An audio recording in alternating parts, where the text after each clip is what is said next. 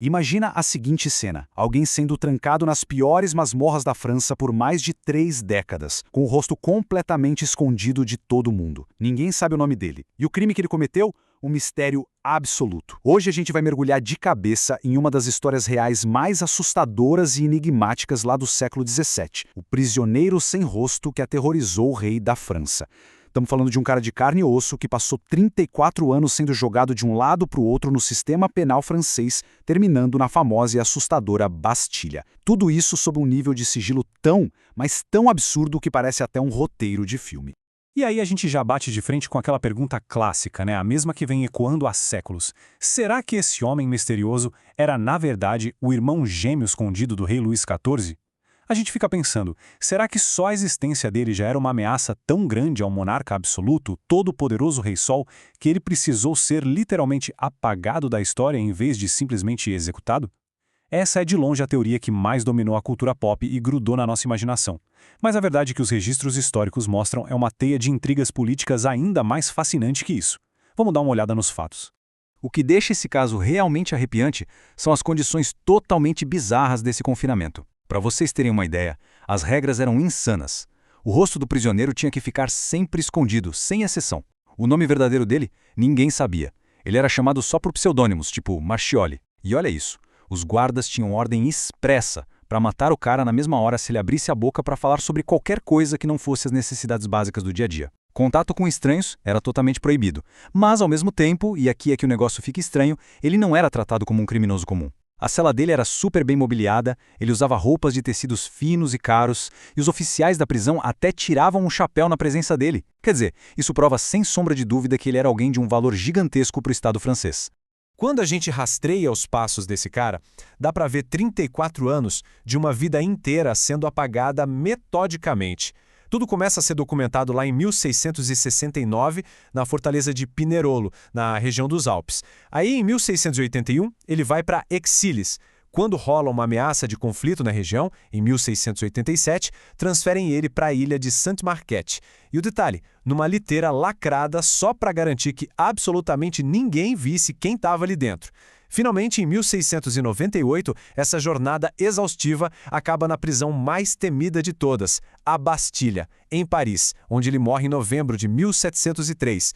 O mais chocante não é só o tempo que isso durou, mas a grana investida para esconder esse homem. Chegaram a construir celas especiais com 3 portas só para abafar o som. É mole? E para entender o quão perigoso e confidencial era esse prisioneiro, é só olhar para a figura do Benigni d'Auvergne de Saint-Mars. Esse cara não era um guarda qualquer, tá? Ele era simplesmente um dos governadores de prisão mais prestigiados de toda a França. E por incrível que pareça, cada vez que o homem mascarado mudava de prisão ao longo dessas 3 décadas, o Saint-Mars ia junto. O diretor da prisão chegava ao ponto de servir as refeições pessoalmente para o prisioneiro. O fato do Estado ter deslocado o seu principal carcereiro para vigiar um único homem por 34 anos mostra que esse prisioneiro carregava um segredo capaz de derrubar as estruturas do reinado de Luís XIV. E é aqui que a gente precisa começar a separar a ficção da história real. Temos uma quebra de expectativa enorme agora. O mito popular fez todo mundo acreditar que a máscara era de ferro maciço, quase como um instrumento de tortura medieval. Mas a realidade documentada pelos historiadores é um pouco mais prática e bem menos cinematográfica. Na verdade, a máscara era feita de veludo preto e, pasmem, moldada com barbatanas de baleia. Afinal, o uso contínuo de um metal pesado no rosto ia enferrujar, causar infecções terríveis e acabar matando o cara rapidinho. E mais, o consenso hoje é que ele nem usava o acessório 24 horas por dia dentro da cela, mas era obrigado a colocar a máscara imediatamente como medida de segurança sempre que ia ser transferido ou passar por algum lugar onde alguém pudesse vê-lo. Agora, não pensem que esse clima de terror afetava só as pessoas lá fora, não. O medo absurdo em torno desse segredo aparece direitinho nos relatos da época. Tem as memórias de um tenente lá da Bastilha que fala com total espanto sobre a chegada do prisioneiro a Paris, dizendo que ele, e eu cito, estava sempre mascarado e cujo nome nunca é pronunciado. Imagina o nível de paranoia ali dentro. Essa tentativa de apagar a identidade dele era levada tão a sério que os registros da prisão mostram que, depois que ele morreu, absolutamente todos os móveis e pertences que ele usou foram queimados. Eles rasparam as paredes da cela e pintaram tudo de branco de novo só para garantir que ele não tinha deixado nenhuma mensagem escondida. Surreal, né? Grande parte do que o mundo começou a acreditar sobre o Homem da Máscara de Ferro nasceu puramente como propaganda política. Essa charge política aqui, de 1798, mostra bem isso. Durante guerras intensas, tipo a Guerra dos 9 Anos, os inimigos da França, como os holandeses, por exemplo, pegaram esse mistério e usaram como uma arma para atacar a moralidade do Luís XIV. Começaram a soltar panfletos com rumores completamente loucos de que o prisioneiro era um ex-amante da rainha-mãe ou até o verdadeiro pai do rei. Outros diziam que era o conde de Vermandois, um suposto filho ilegítimo. Basicamente, esse mistério virou a ferramenta perfeita para tentar difamar e desestabilizar o monarca absolutista.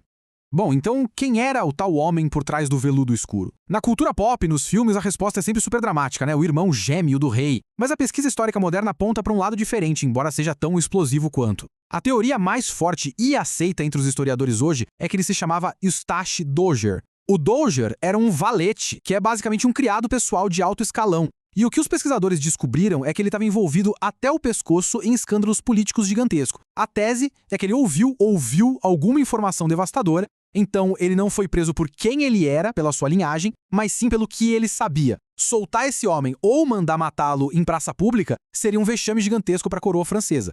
Mas espera aí, se ele provavelmente era só um criado que sabia demais, como foi que essa história de irmão gêmeo virou uma lenda tão forte? Como a gente viu, tudo começou com aquela propaganda anti-francesa, mas depois entra no jogo o famoso filósofo Voltaire. O próprio Voltaire ficou preso na Bastilha em 1717. Lá dentro, ele ouviu vários boatos dos guardas mais velhos e lá em 1771, ele publicou a teoria de que o prisioneiro era o irmão do rei. E tem mais, foi o Voltaire que inventou e popularizou a expressão máscara de ferro para dar aquele toque de drama. Algumas décadas depois, o brilhante Alexandre Dumas pegou essa ideia e jogou no romance O Visconde de Bragelonne. Ele consagrou de vez essa dinâmica dramática do gêmeo substituto. E assim, a ficção engoliu a verdade. Então, para entender como uma loucura dessas, de prender alguém em segredo por 34 anos, era possível, a gente precisa olhar para um termo bem específico, lettre de cachet. Na França do século XVII, o Luís XIV governava com a ideia de direito divino. O poder do cara era absoluto. Uma lettre de cachet era literalmente um pedaço de papel com o selo e a assinatura do rei que autorizava a prisão imediata de qualquer pessoa. Sem julgamento, sem tribunal, sem chance de defesa ou apelação. Uma canetada e você simplesmente desaparecia do mapa. Isso mostra pra gente que o absolutismo não só criou o ambiente político para alguém ser apagado do mundo por 3 décadas, mas também ofereceu a ferramenta legal e burocrática perfeita, rápida e silenciosa para fazer isso acontecer. E como o Estado francês nunca, jamais, soltou uma nota oficial explicando quem ele era de verdade, abriu-se um buraco negro histórico perfeito para todo tipo de especulação. Além da tese do criado Doger, vários outros nomes famosos entraram nas apostas dos historiadores ao longo do tempo. Rolou a teoria de que era o Richard Cromwell, o filho do líder inglês Oliver Cromwell. Tem quem acredite que tinha a ver com o bizarro caso dos venenos, podendo ser até uma figura como a cartomante Magdalene Chapelain, que estava metida com conspirações de assassinatos na corte. Outros apontavam para o cavaleiro de Lohan de Armoises, punido por intrigas. Essa lista enorme de suspeitos só prova o quanto o sigilo absoluto dá asas para a desconfiança. Chegando aqui na reta final da nossa análise, a gente percebe uma coisa muito curiosa sobre como a gente funciona. O legado é bem claro e o mistério quase sempre bate de frente e vence a verdade. A gente analisou as evidências, viu que a máscara de ferro foi invenção do Voltaire e que toda aquela operação mirabolante era provavelmente para calar a boca de um simples servo que sabia demais. Mas olha o impacto cultural do filme de 1998 com o Leonardo DiCaprio fazendo o papel dos gêmeos. O sucesso foi gigantesco, comprovando o poder da lenda do Dumas. Nós adoramos um bom drama sobre identidades roubadas, sangue real e gêmeos perdidos. É muito mais atraente do que encarar burocracia fria e cruel de um Estado. Mas aprender a verdadeira história nos ajuda a entender exatamente como essas narrativas de poder e absolutismo funcionam nos bastidores. Mais uma vez, a ficção foi mais forte que os fatos.